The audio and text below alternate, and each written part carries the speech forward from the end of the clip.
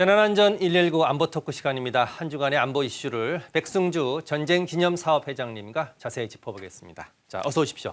예, 반갑습니다.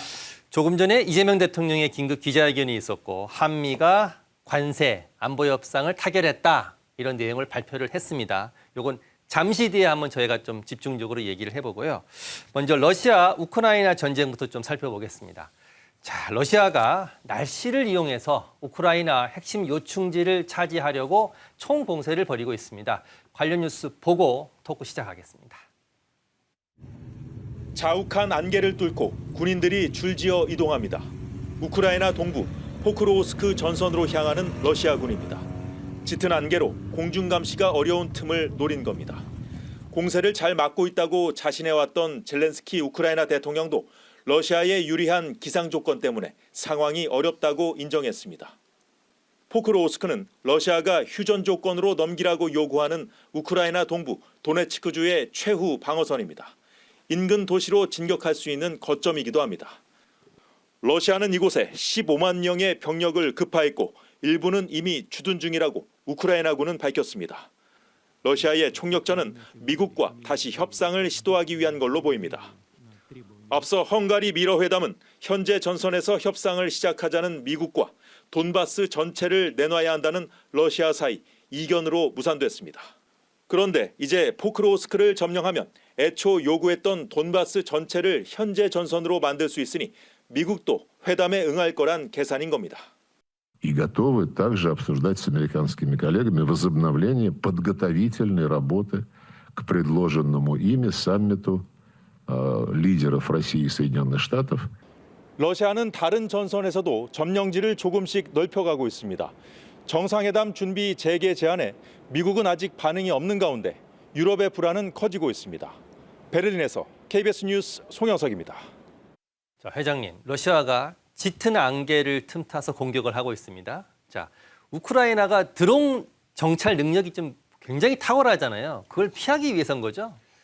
지금 안개가 이제 공자와 방자, 공격하는 자와 방어하는 자, 러시아가 공격을 방어하는 자 중에 안개가 지금 오히려 공자에게는 유리한 환경을 주고 방자에게는 불리한 환경을 주는데 우크라이나께 그 이유가 양쪽이 갖고 있는 그 핵심 장비의 차이가 있는 거예요. 러시아는 지상 장비를 통해서 이제 또 대규모 병력을 이용해서 지상 작전으로 점령지 넓혀가고 있는데 지상 작전으로 점령지를. 우크라이나는 주로 드론 무기 체계를 이용해서 그 점령지 확대를 저지해 왔거든요. 그 드론의 핵심이 올라가서 저기 들어오는 것을 사진을 찍고 정찰하고 그래서 분석해서 대응하는 드론 공격 드론을 띄워야 되는데 이 짙은 안개 때문에 조금 불리하다 이렇게 나오는데 사실은 이 안개도 하나의 젤렌스키가 이야기할 때 조금 전황이 불리한 것을 인정한 부분이고 실제로 러시아가 지금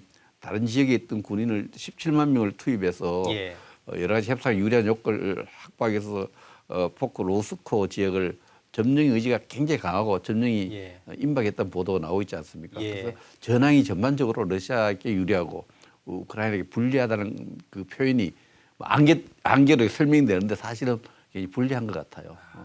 지금 15만 명의 병력을 급파했습니다. 포크로우스크를 점령하기 위해서.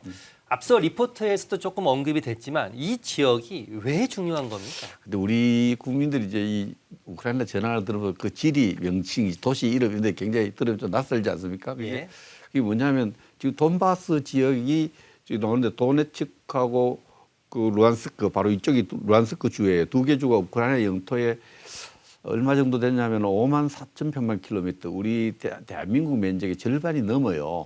그 넓은 면적을 러시아가 전체를 다 먹으려고 하는 거죠.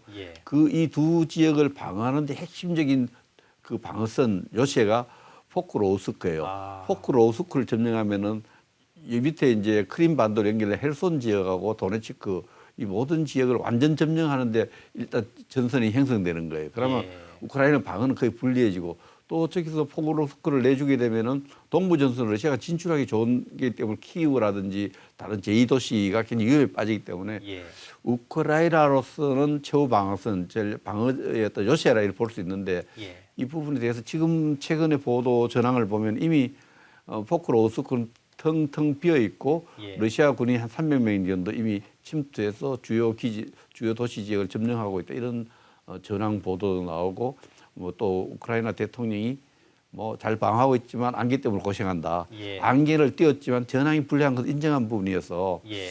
포크로우스크의 러시아 점령이 임박하지 않냐 이런 분석이 많이 나오고 있습니다. 지금 올 겨울 우크라이나 입장에서는 굉장히 어려운 전황일 것 같은데 지금 러시아가 에너지 시설을 집중적으로 공격하고 있고 일부 발전소는 지금 전기도 생산하지 못하고 있거든요. 자, 그렇다면 앞으로 겨울이 다가옵니다.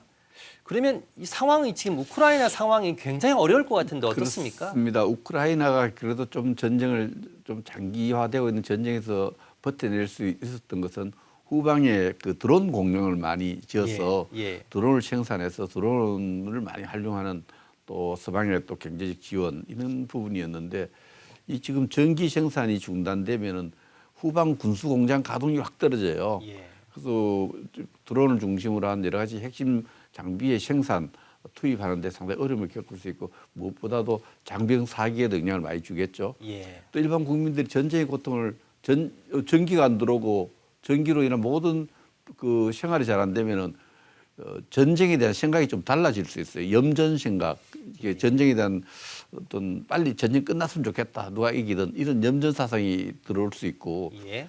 특히 지금 러시아가 치밀하게 심리전을 펴고 있는데 예. 국제사회에다가 그 전쟁을 장기하다 보니까 군수 조달 문제에서 부정부패 이런 문제가 발생할 수 있거든요. 어느 예. 국가나. 근데 우크라이나에 지금 젤렌스키 측근의 어떤 부패 혐의로 이렇게 이것을 심리전 소재를 활용해서 예. 러시아 국민, 그 우크라이나 국민들이 젤렌스키에 대한 지지를 조금 유보하거나 철회하도록 예. 하는 심리전도 펴고 있기 때문에 예. 이래저래해서 젤렌스키 정부로서는 굉장히 고통스러운 겨울이 시작됐다 이렇게 볼 수 있습니다.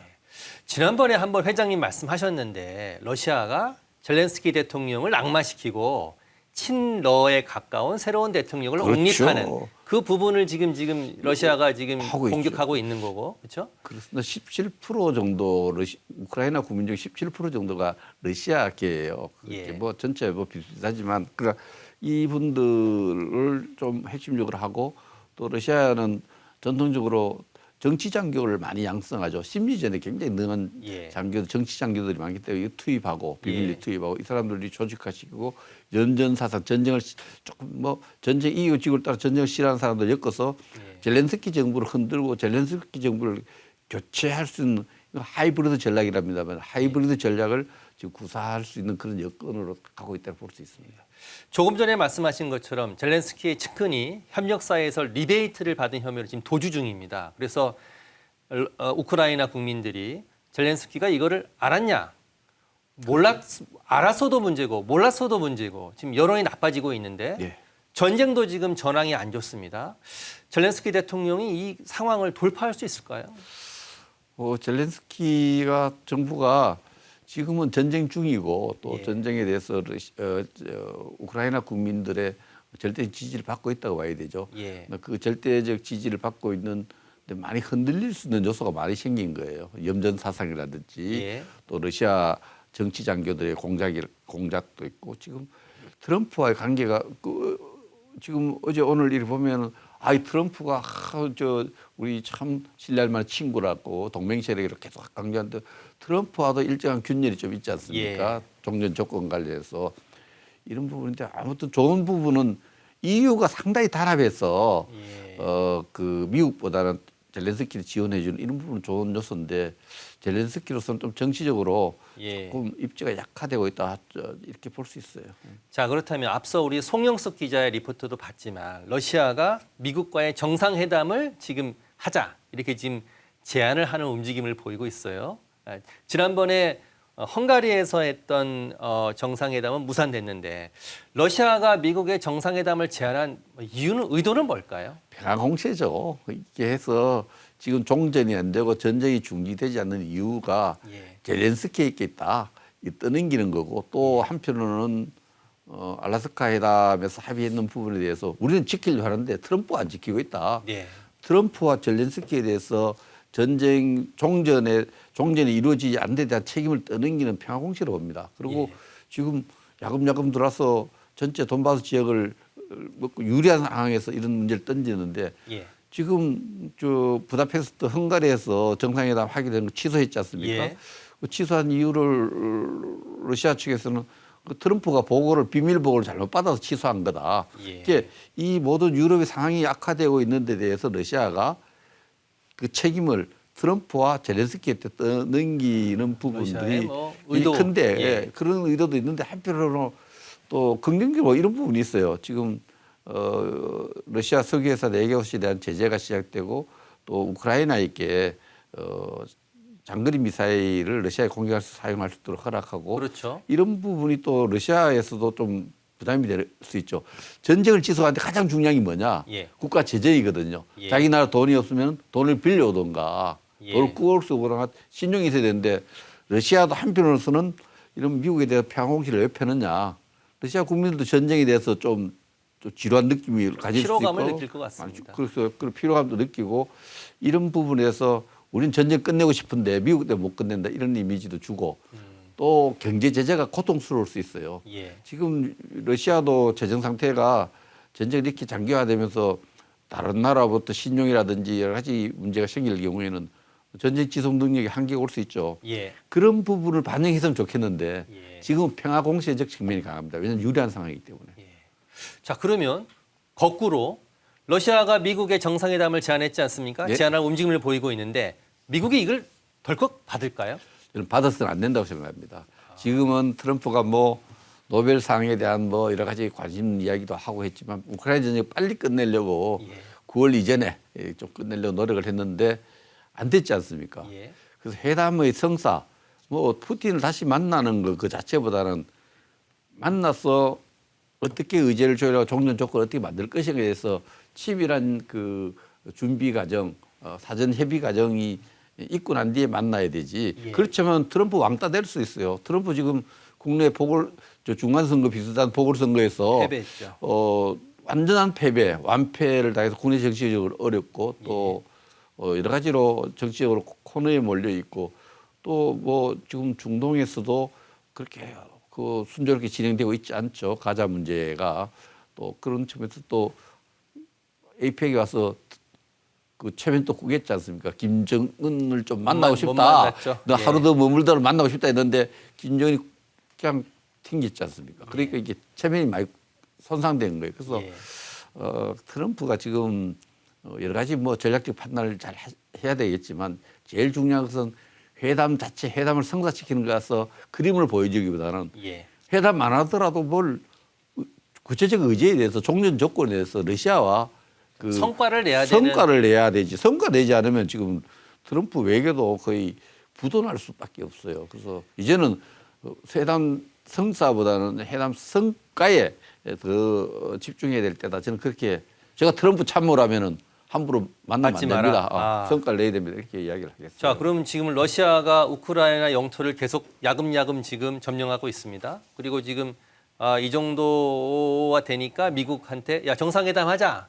이제 말씀하신 대로 미국은 받지 않을 것 같고, 자 유럽의 입장은 계속 우크라이나 지지죠. 그럼요. 유럽은 지금 오늘 또 제렌스키가 툭 던지는 말 중에 이런 말이 있어요. 이 전쟁이 끝날 즈음이나 끝나기 전에 유럽의 다른 국가를 러시아가 침략할 수도 있다. 이렇게 이야기했는데 예. 그 유럽의 생각이 그런 거예요. 지금 우크라이나 돈바스 지역만 노리는 것이 아니고 돈바스 지역을 만들고 나면은 이전에 러시아의 어떤 약간의 그 위성국가 수준에 있던 국가들, 러시아의 통제권에 있던 국가들에게 무언에 여러 가지 압력을 넣어서 러시아의 영향력이 침투되는 국가를 만드는 그런 대외 정책을 쓸 거다. 예. 여기에 대해서 이야기했는데 유럽은 지금 미국과 트럼프가 각을 세우는 것이 우크라이나의 일부 영토를 양보하는 그런 협상을 반대하고 있지 않습니까? 그렇죠. 자기들은 예. 미국과 관계없이 우크라이나의 전쟁 지속을 지지하겠다. 이게 유럽의 메이저인 프랑스와 영국. 동국, 예. 독일, 영국인데 예. 필요하면 군사도 보낼 수 있다는 입장까지 지금 나오고 있거든요. 예. 그런 측면에서 이걸 그 러시아가 제안한 어떤 평화협상에 종전협상에 미국이 덜 크던 친러 정권이 있는 헝가리 부다페스트 달려갈 경우에는 트럼프는 나토에서도 왕따가 될 수 있어요. 이런 부분을 트럼프도 생각하고 있겠죠. 그래서 먼저 헝가리 안 간 부분도 돼요. 예. 유럽이 반대했거든요. 자, 우크라이나 입장에서는 지금 전쟁 상황이 별로 안 좋고 지금 네 번째 겨울이 다가오고 있고 과연 전쟁이 우크라이나에게 유리한 상황으로 갈지 아니면 점점 나쁜 상황으로 갈지 좀 지켜봐야 할 것 같습니다. 네, 그렇습니다. 예. 자, 다른 얘기 좀 해볼까요? 자, 북한이 지난 7일 동해상으로 단거리 탄도미사일을 발사했습니다. 미국의 제재에 대해서 상응하는 조치를 예고한 지 하루 만인데 관련 뉴스 보시겠습니다. 북한이 또다시 동해상으로 탄도미사일을 발사했습니다. 우리 군은 낮 12시 35분쯤 북한 평북 대관 일대에서 동해상으로 발사된 단거리 탄도미사일 궤적의 발사체 한 발을 포착했습니다. 700km가량 비행한 이번 미사일은 북한판 이스칸데르로 불리는 KN-23 계열로 추정됩니다.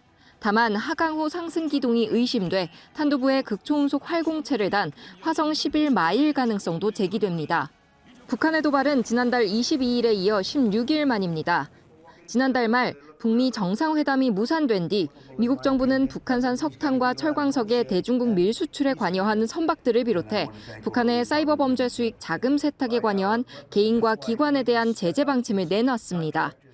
이에 반발한 북한이 외무성부상 명의로 제재에 상응하는 조치를 예고한 지 하루 만에 미사일을 쏜 겁니다.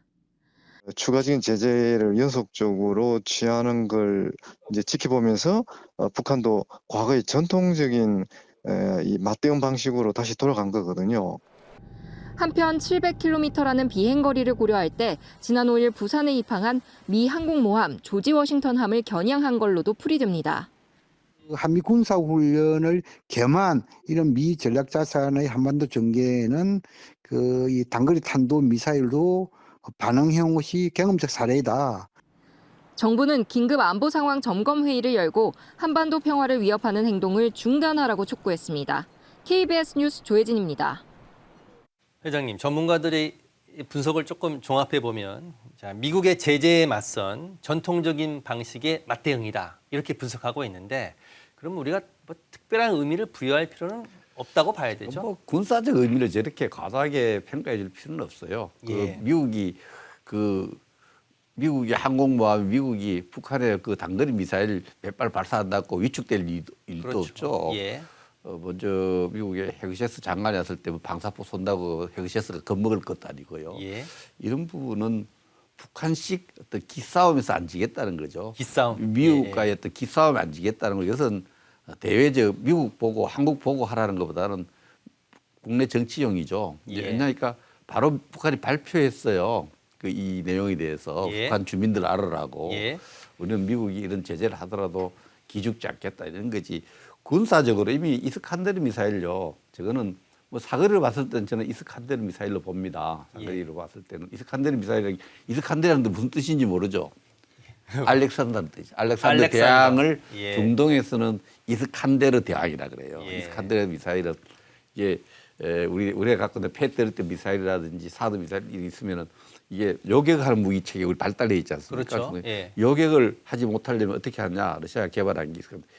속도를 일정한 속도로 안 가고 가다가 빨리 가다가 늦게 가고 빨리 가다가 늦게 가거나 또 고도를 높이 가다가 낮게 가고 높이 가다가 낮게 가고 이렇게 해서 요격을 피할 수 있는 미사일인데 러시아가 개발했죠. 그 패트리트 미사일 뭐 충격을 받아서 이 미사일 기술이 사실은 북한의 이제 전수대 이스칸데르 미사일인데 사실 러시아 군사 기술 우리도 많이 갖고 와서 좀 있습니다만은 어쨌든 이 북한이 이건 군사적 의미는 이미 많이 노출된 무기고 이 미사일 때문에 우리가 뭐 막 군사적으로 의미를 그렇게 저 뭐 700km 떨어진 뭐 우리 미국 함정을 겨냥하다 이렇게 볼 필요는 없고 기싸움이 안 지겠고 북한 주민들한테 기죽지 마라. 우리는 절대 미국에 눌리지 않겠다 이런 메시지를 담은 하나의 쇼라 이렇게 봅니다. 저는 이건 약간 논외의 질문인데 최근 본 영화 가운데 대륙간 탄도미사일이 미국의 시카고를 공격하는 발사가 됐는데 미국에서 요격을 못했어요. 요격 확률이 60%밖에 안 된다고 하더라고요. 자, 그러면 지금 미국의 추가 제재가 계속될 때마다 북한이 미사일로 도발을 할 가능성이 높은데 더 큰 도발은 뭘까요? 근데 북한이 트럼프하고 약속한 거 싱가포르 회담에서 추가 핵실험, ICBM 발사 안 하겠다, 실험 안 하겠다는 거 지금 지키고 있어요. 자, 북한이 가장 두려워하는 것은 북한 김정은 체제가 가장 두려워하는 것은 뭘까요? 자기 체제가 망하는 거죠. 자기 목숨을 잃는 거죠. 예. 자, 북한이 요격률은 떨어지더라도 미국을 상대로 미국 군함이나 미국 군사시설 속에서 요격을 군사적인 공격을 도발을 한다면 어떻게 되겠어요? 본인도 죽겠다는 예. 그 각오 없이는 못하죠. 예. 그러고 먼저 이란 공격하는 거 봤지 않습니까? 미국이 예. 한밤에 미드나이트 오퍼레이션을 보면은 미국에 대해서 북한이 뭐 군사적 도발한다. 이거는 자기 체제가 멸실된다는 각오하지 않고 못합니다. 예. 그래서 그런 점에서 너무 과도하게 우리가 군사적 의미를 부여할 수는 없어요. 예. 북한이 갖고 있는 무기 체계나 뭐 여러 가지로 미국을 조금 긴장시킬 수는 있지만 예. 그 긴장을 준 대가로 북한은 체제 멸실을 각오해야 미국의 군사 시스템이나 미국의 영토나 미국의 국민에 대해서 공격할 수 있다고 봅니다. 알겠습니다. 너무 과도하게 군사적 의미를 부여해주면 더 기가 살아요. 알겠습니다. 무시해버리고. 약간 무시하는 전략이 무시하는 필요하다 필요하다, 말씀이신 무시. 것 같습니다. 자, 조금 전에 이재명 대통령 기자회견이 있었습니다. 자, 한미 관세와 안보 협상과 관련해서 최종 타결됐다. 그리고 조인트 팩트 시트를 발표했는데 이 가운데 한미가 핵 추진 잠수함 건조의 뜻을 모았다고 밝혔습니다. 잠시 듣고 오시겠습니다. 이번 협상을 통해 한미 양국은 대한민국의 수십 년 수건이자 한반도 평화와 안정을 위한 필수 전략 자산인 핵 추진 잠수함 건조를 추진하기로 함께 뜻을 모았습니다. 우라늄 농축과 사용 후 핵연료 재처리 권한 확대에 대해서도 미국 정부의 지지를 확보하는 데 성공했습니다. 매우 의미 있는 진전으로 생각됩니다. 또한 미국 상선뿐만 아니라 미 해군 함정 건조조차도 대한민국 내에서 진행할 수 있도록 제도적 개선책을 모색하기로 했습니다. 대한민국과 미국의 조선업이 함께 위대해질 수 있는 발판이 구축된 것입니다. 회장님, 지금 대통령께서는 정확히 말씀을 안 하셨는데 자, 핵 추진 잠수함 건조 우리나라에서 하는 거죠? 그 부분에 대해서는 아직 디테일하게 예. 먼저는 트럼프 대통령이 그 하나 오시는 인사 필리 조선소에서 한다 했는데 그렇죠. 예. 필리 조선소 가보니까 아무것도 잠수할 없어요. 수 없다 이런 예. 논란이 있었는데 그 부분은 오늘 대통령이 언급은 하지 않았는데 예. 대통령의 지금 말씀 내용은 우리가 이미 합의된 내용을 다시 확인한 거거든요. 예. 문서화했다. 문서화했죠. 예. 팩트시 다음부터 문서화했고 양국의 팩트시 조인트에 이제 문서화했는데 문서화의 의미를 잘 살펴봐야 해요. 예. 트럼프 임기가 언제까지입니까? 3년, 2년 남았나요? 지금 이제 3년 정도 3년 남았죠. 남았죠. 3년 예. 남았고 우리 대통령 임기가 한 4년 되는데 그렇죠. 이 원자력 추진 잠수함을 건설하는데 얼마쯤 걸린다고 나와요? 10년 거의 걸린다. 10년 걸린다고. 예. 그렇게 이 문서화의 의미는 미국과 대한민국 정부 대표자 간에 사인을 해서 예. 공동성명 이렇게 구속력이 굉장히 길어지는 거예요. 예. 그래서 이 약속이 굉장히 안정적으로 되고 장기적으로 보장하는 그런 데 합의했다는 게 굉장히 의미가 있는 거고 예. 그런 데 의미가 있는 거예요. 문서화했던 건. 예. 이건 확인된 거고 지금 구체적인 내용을 좀 궁금한 부분인데 제일 중요한 게 이제 그 핵연료 추진 잠수함에 들어가는 그 연료를 예. 한국이 예. 생산할 수 있도록 우리가 그걸 계속 요구했거든요. 잠수함보다 사실 그게 제철이 미국이 제공해 준다고 처음엔 그렇게 얘기 그런데 그 나왔는데. 부분에 우리 대통령이 언급은 거기 연료에 대한 언급이 있는데 예. 그게 우리가 원하는 바를 상당히 반영시켰다. 그 예. 부분이 이제 좀 궁금한 거고 우리가 원하는 방향을 갔다는 이야기고 이 조선에 대해서 미국이 사실 바다를 지배해서 세계를 지배하는 전략, 긴 세계 전략 속에서 해양 지배력이 지금 많이 떨어져요. 예. 군함도 떨어지고 이 인천상륙 작전하면 상당 부분이 상선이 동원돼요. 예. 그 상선 부분에도 숫자가 많이 중국에 열악한 상황인데 그 지금 상선과 군함 건조를 군함은 미국 안에서만 하도록 국내법이 있었는데 그렇죠. 그 부분을 넘어서는 합의를 했다 이런데 사실 이게 이제 양국 간 합의가 풀텍스트로 제가 확인을 못해서 예. 상당히 대통령 언급 내용을 보면은 우리 원하는 방향으로 많이 문서화하는 데 성공했다고 보여집니다. 저도 그렇게 생각이 됩니다. 대통령이 표정을- 긴급 기자회견을 했기 때문에 예, 예. 원하는 방향으로 문서화했다. 저도 예. 먼저 나와서 그랬죠.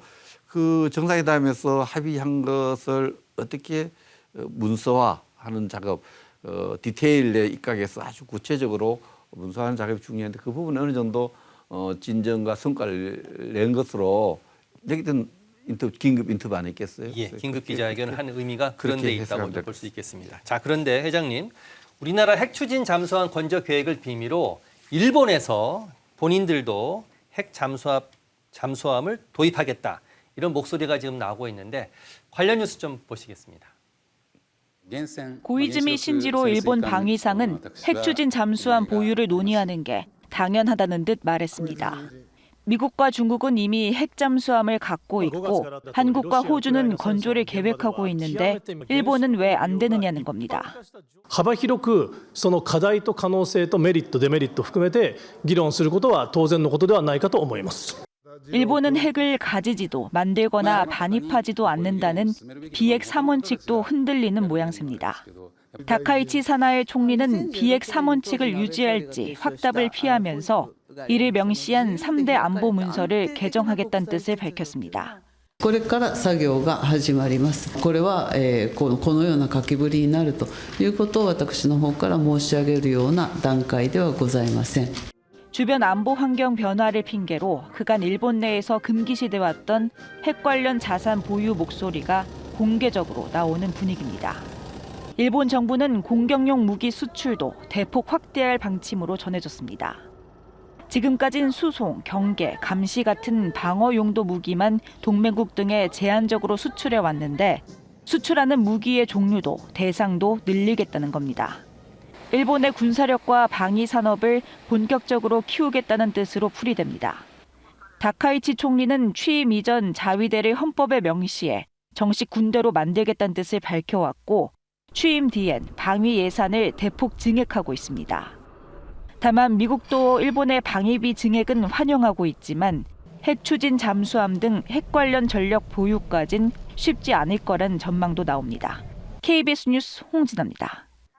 회장님, 궁금한 게 먼저 이것부터 일본이 만약에 핵 추진 잠수함을 건조한다면 이게 기술적으로는 가능합니까?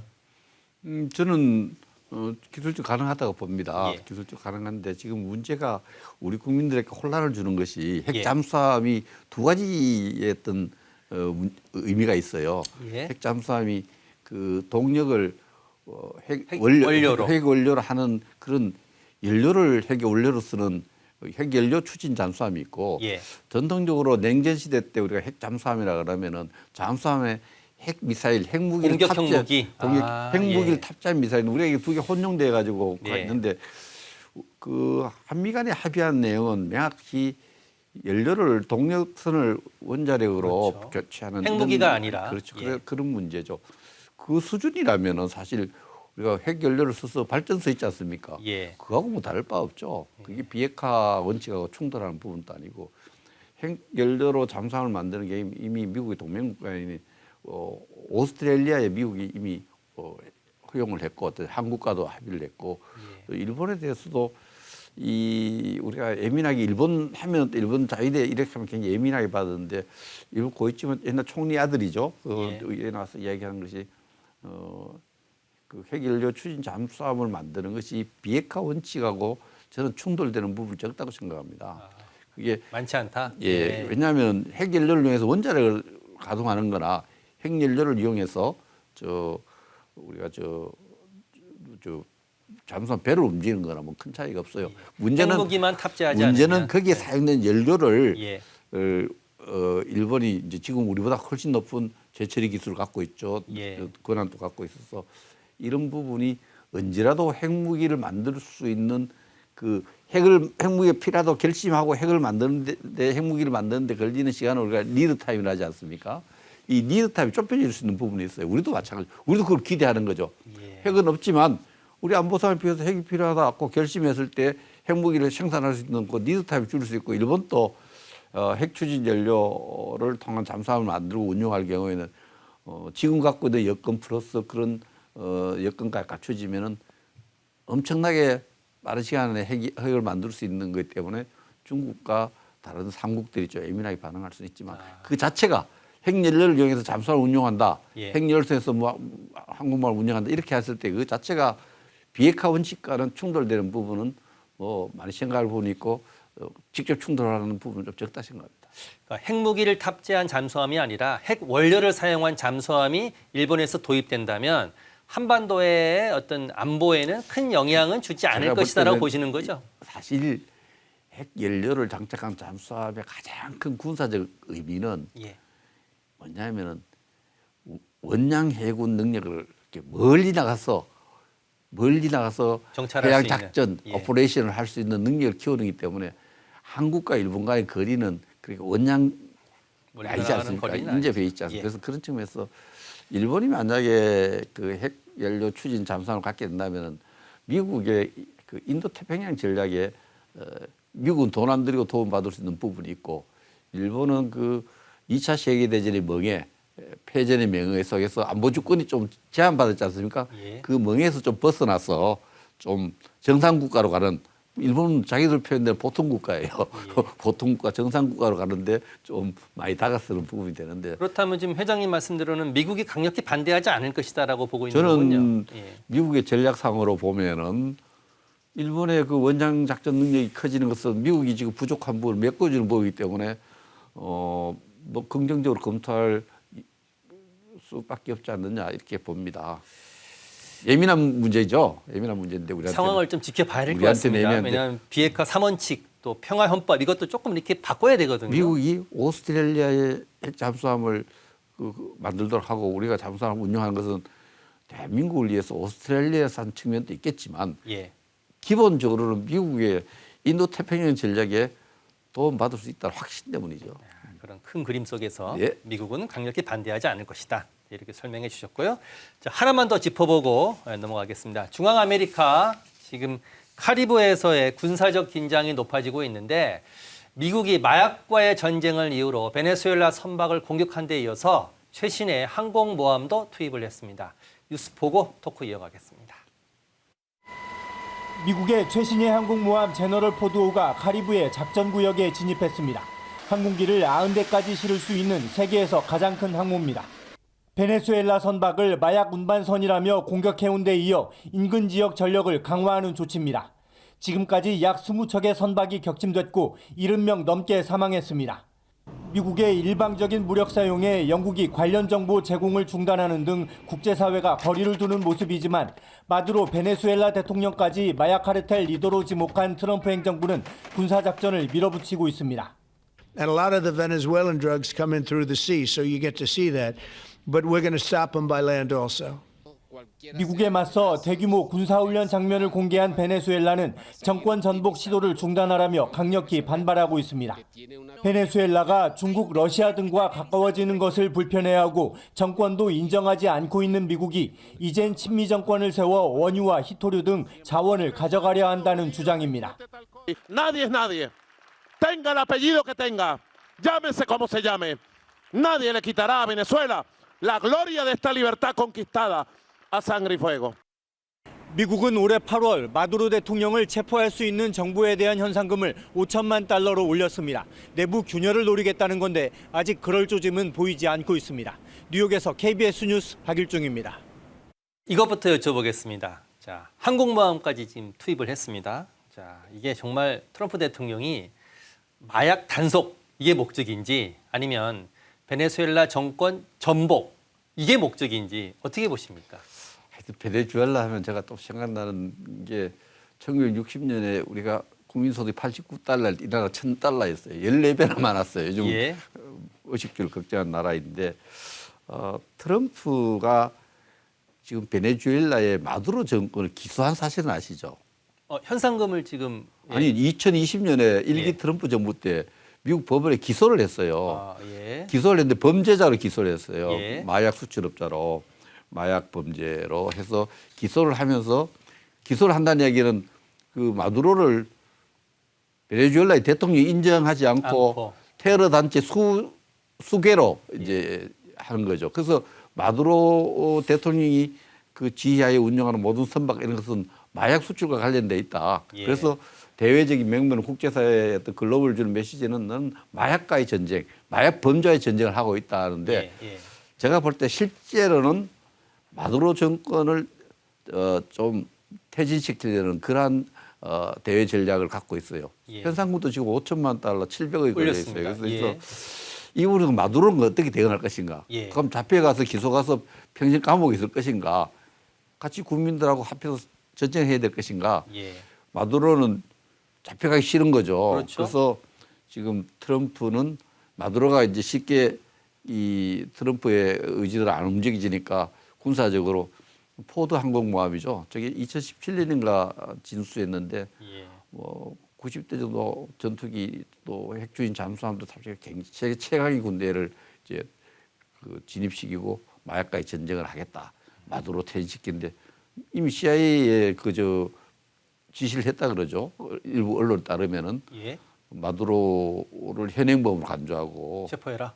체포 플러스 체포 이상을 해도 좋다 이런 게 그래서 죽기 살기로 하는데 이 전선에서 제가 볼 때는 마두로도 물러설 수 없는 상황이고 지금 트럼프가 국내외적으로 지금 뭐 성과를 내야 되는 부분인데 국내 경제도 어렵고 중동과 아시아 모든 군데 조금 어려움을 겪고 있거든요. 남미에서까지 베네수엘라한테 마두로한테까지 밀리면 안 되잖아요. 그래서 결기를 보이고 있는데 아무튼 베네수엘라에 대한 트럼프의 어떤 지금 공격적인 선언들은 실천될 가능성이 많고 베네수엘라가 굉장히 마두로 정권이 좀 위험한 상황에 있다 저는 그래 봅니다. 그런데 궁금합니다. 그렇게 미우면 이렇게 항공모함 투입해도 되는 건가요? 국제법적인 근거는 있습니까? 그래서 마약 범죄, 테러와의 전쟁, 마약 범죄 단체와의 전쟁을 하지 베네수엘라와 전쟁하는 건 아니라는 거죠. 표면적으로는? 공개적으로 거기 투입되는 군 지휘관들도 그런 표현을 쓰고 마약 범죄와의 전쟁을 하는 거다. 그 마약선을 단속하는 거다 이렇게 나오는 거죠. 그게 뭐냐면은 그걸 강조 내세운 것은 국제법적으로 그런 논란이 있고 영국이 그런 국제법적 위반에 대해서 그렇죠. 지금 미국을 제외한 다른 나라들은 지금 거리를 두고 있거든요. 영국이 대처 수상하시죠. 대처 총리. 그때 미국이 또 IT에 대해서 군을 투입하니까 대처가 막 항의하는 장면이 레이건 대통령한테 나와요. 영국이 똑같은 모습으로 보이는데 미국이 군사적 운영하는데 조금 불편한 마음을 이제 영국이 보이고 어쨌든 여기서 공식적으로 미국의 어떤 외교상으로는 베네수엘라를 침략한다면 푸틴을 이야기 비난할 수 없잖아요. 인베이전이니까 침략이니까. 그러네요. 그래서 침략 전쟁이라는 비판을 피해서 베네수엘라의 국내 질서를 바꾸고 싶은데 그것이 마약 전쟁의 이름으로 치러지는데 사실상은 마두로 퇴진. 표면적으로는 마약 단속이지만 궁극적으로는 베네수엘라 정권의 퇴진. 이건데 지금 베네수엘라는 지금 군 동원령 내리고 배수의 진을 쳤습니다. 자 그렇다면 회장님 이게 군사적 충돌 될 가능성이 지금 높은 거네요. 군사 충돌이 많은데 충돌이 일어나면은 베네수엘라 갖고 있는 약간 태세하고 미국의 투입한 군사 태세를 보면은 비교 불가죠.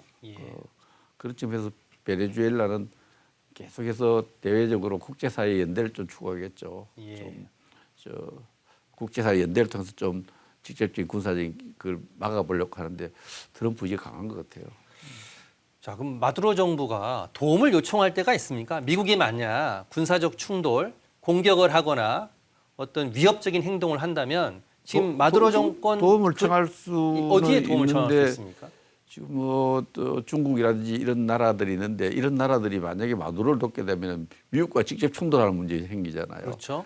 도와주고 싶은 심정들 가진 국가들이 있을 수 있지만 미국과 직접 충돌을 원하는 국가는 없습니다.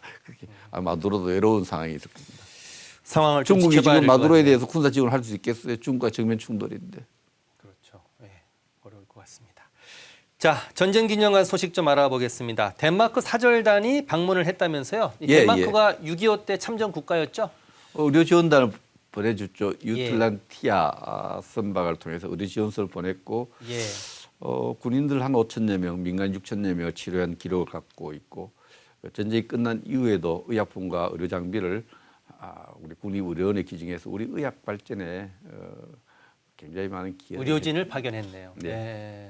제가 그 배를 보낸 그 항구를 간 적이 있어요. 예. 유틸란디아호가 출발한 항구를 예. 방문한 적이 있습니다. 자, 우리 회장님께서는 2년 전에 지금 덴마크 국방장관 아들이 6.25 전쟁 때 참전했다가 전사한 사실, 이게 지금 국내 언론에 알려져서 제가 처음 알렸죠. 예. 제가 출장을 가서 그 덴마크 전쟁 박물관 가는데 이렇게 한 1m에서 길게 특별한 공간에 한 병사의 어떤 입었던 옷이라든지 유물을 전시하고 있는 것서 자세히 내용을 읽어보니까 예. 덴마크 국방부가 만들어진 게 49년, 50년 될 거예요. 초대 국방부 장관의 아들이 한국 전쟁 가서 전사했다는 기록이 있었어요. 그 내가 보니까 깜짝 놀랄 기록인데 제가 와서 국내 언론에 알렸는데 예. 여러 가지 확인도 해보고. 근데 이 덴마크는 왜 그러면 이걸 한국 사회에 안 알리고 덴마크는 전사자가 없는 데 있을까 했는데 그 덴마크 국방장관이 당시에 미국 무관으로 좀 있었는데 예. 미국 무관으로 있을 때 아들이 또 영국군으로 또 다른 데도 참전한 적이 있어요. 2차 세계대전. 그래서 예. 아들이 미국 시민권을 갖고 한국전에 참전해서 전사를 했어요. 예. 그래서 미국 전사자 명비에 이름이 들어있는 거예요. 덴마크로서는 조금 어색한 부분이죠. 장관의 아들이 가서 한국전에 싸웠는데 미국 시민권이요? 미국 시민권이어서 그런 게 있는데 어쨌든 저는 어떤 그런 생각이 들었어요. 어떤 동기였든 간에 아버지가 국방부 장관인데 전쟁에 가려고 말렸을 수도 있지 않겠어요. 예. 그러나 한국 전쟁에 미국 시민권 자격으로 와서 자유와 평화를 지키기 위해서 전사한 사실을 제가 그 국내 언론을 통해서 알리고 대만 대사관을 통해서 확인해 사실을 좀 확인해 줬습니다. 덴마크 의회 사절단 오셨을 때 예. 혹시 우크라이나의 정세에 관련해서 좀 논의한 게 있습니까? 좀 나눴죠. 보통 전쟁 기념관 제 사무실에 외빈들, VIP들이 오면은 해난 의제에 어떤 우리가 뭐 약속하고 문서 이런 게 아니고 자연스럽게 대화를 하니까 예. 얘기를 하는데 어쨌든 지금 우크라이나 정세에 대해서 EU의 입장, 덴마크 입장 이런 얘기에 대해서 저하고 생각이 똑같아요. 러시아를 침략 국가로 간주하고 EU가 단합해서 우크라이나를 도와야 된다. 그 우크라이나만의 문제가 아니고 우크라이나가 무너지면은 유럽의 질서에 서유럽도 안전하지 않다 이런 인식을 갖고 있다는 것을 확인할 수 있었습니다. 자, 이달의 호국 인물 사진 한 장 저희가 준비했는데 먼저 보여주시겠습니까? 자, 이대용 육군 준장을 선정을 하셨는데, 자 사진으로 잠깐 보실까요? 어떤 업적을 세웠기 때문에 이달의 호국 인물로 선정이 되셨을까요? 저분이 1925년에 태어났어요. 그러니까 우리 아버님, 어머님하고 비슷한 때에 태어나셨는데 6.25 때 중대장으로 참전을 해서 예. 6.25 초기 전사에서 우리가 조금 국군의 전사에서 가장 전설적인 얘기가 그 장비도 부족하고 인력도 부족한데 춘천 지역으로는 북한군을 격퇴했어요. 조금 저지시켰어요. 예. 그 기록에 따르면 이대용 장군 그 당시 중대장으로서 북한군 두 개 중대의 그 전진을 막아서 예. 서울에서 조금 더 우리가 대비하면서 시간을 벌게 했다. 춘천에서 방어선을 치고 그리고 그 후방 전투에 많이 참여하고 초산 전투 저기에도 참여를 하고 상당히 6.25 때 전공을 씌웠는데 더 유명하게 된 것은 이분이 예. 어떻게 보면 베트남전에도 참전을 했는데 참전하면서 외교관으로 갔어요. 공사로.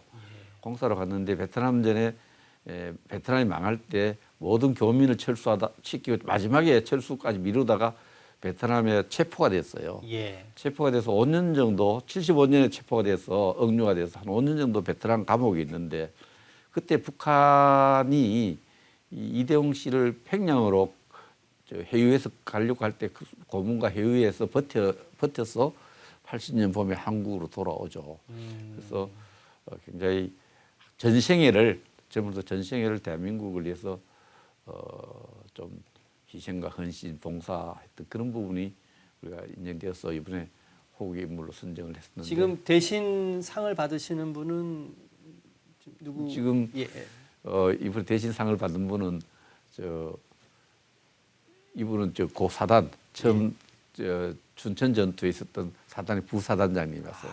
그때 유족들이 조금 연락이 조금 우리가 잘 안 돼서 했는데 아무튼 우리 6.25 전사 현대사에서 정말 또시 기억해야 될 인물인데 어떤 자료에 보면은 북한이 참 이 이대용을 귀화시키려고 북으로 망명시키려고 노력을 굉장히 많이 했다고 합니다. 자, 참 군인이었죠. 예. 호주의 연방의회 사절단도 지금 전쟁기념관 방문을 했는데 호주는 6.25 전쟁뿐 아니라 독립운동을 지원한 특별한 사연도 있다면서요? 그 호주에서 가장 오래 총리한 분이 맨지스 총리가 있는데 6.25 때 당시에 그 총리 총리 이름을 깜깜했는데 맨지스라는 선교사가 있어요. 예. 선교사가 한국 근대화에 엄청 기여를 해요. 부산에 있는 일진여고를 만들기도 하고 이분의 이제 고문이 그 조카가 총리가 됐는데 6.25 때 이 고문을 통해서 한국에 대한 한국제를 빨리 참전을 결심했다 이런 이야기도 있습니다만 어쨌든 한국전에 17,000명이라는 군대를 보내서 339명이 한국제에서 전사를 했고 특히 한국과는 호주가 우리가 포항제철이 포스코가 호주 철강 원석이 아니었으면 저렇게 할 수 없었어요. 그 호주에 또 산업협력도 돼 있고 지금 제가 바라건대 가장 최근에 원자력 잠수함 건조를 시작한 호주하고 우리가 원자력 잠수함에 있어서도 윈윈할 수 있는 협력을 하면 좋지 않겠냐 이런 생각을 합니다. 아무튼 호주가 지금 1901년에 나라를 세웠는데도 불구하고 10만 5천 명이 해외 전쟁에서 전사하고 그 국가 평화에 또 국가에 굉장히 많은 그 국제 평화에 굉장히 기여를 하고 있는데 전쟁 박물관 우리가 대한민국 전쟁 기념관이 호주의 전쟁 박물관을 벤치 모델한 거여서 또 특별한 의미가 있습니다. 그리고 제가 감동적으로 들은 거는 그 매일같이 호국 영웅들을 기리는 행사를 5시 하거든요. 예. The Last Post라는 행사를 하는데 그 이야기를 하고 또 제가 벤치 마킹에서 좀 하니까 자기들은 1년에 2차례 시작할 때 하고 끝날 때 모든 국회의원들이 그 행사에 라스트 포스트 행사에 가는데 우리 국회의원들한테 그 행사 좀 권하고 싶어요. 첫 번째 또 마지막 행사에 그 호주는 그러면서 애국심을 굉장히 많이 만드는 사회화 과정이 있었어요. 예. 내가 느낄 때 호주가 1901년에 건국한 호주가 지금의 호주 위상을 차지한 것을 보면은 앞으로 향후 50년 안에 세계 최고의 영향력 있는 국가로 가지 않겠나 저는 그렇게 생각합니다. 질문 하나만 더 드리고 보내드리도록 하겠습니다. 자, 용산의 전쟁기념관 어린이 박물관이 있는데 여기 가면 어떤 프로그램을 좀 체험할 수 있습니까? 그 여러 가지 그 어린이 박물관 프로그램 다양하게 있는데 예. 여기도 있고 뭐 만드는 체험할 수 있는 여러 가지 프로그램들도 하고 역사 교육도 하고 하는데 어린이 박물관은 저는 굉장히 소중히 여깁니다. 미래 세대들 어린이들이 공동체 국가 또 이웃을 생각하는 그러한 마음을 만들려고 하고 있고 우리 어린이 박물관 하루에 한 850명 예약을 하는데 한 30초면 다 예약이 끝나요. 하루에 850명인데요. 예. 그래서 풍부하고 그리고 부산 또 뭐 이번 강서구입니다만은 그 어린이를 위한 특별 행사에는 부스를 설치해서 이 전쟁기념관의 여러 가지 프로그램을 같이 소개하는 걸 하는데 굉장히 인기가 좋습니다. 지금 여기 코엑스 마곡에서 했던 그렇습니다. 부스에 체험 부스 운영하셨고 네. 박물관 자체 용산의 어린이 박물관 박물관도 자체에도 운영하고 850명이 하루 입장객인데 금방 솔드아웃. 제가 가장 소중하게 생각하는 프로그램입니다. 그렇군요. 아이고 장시간 오늘 말씀 잘 들었습니다. 오늘은 여기까지 듣도록 하겠습니다. 백승주 전쟁기념사업회 회장이었습니다. 고맙습니다. 예, 감사합니다.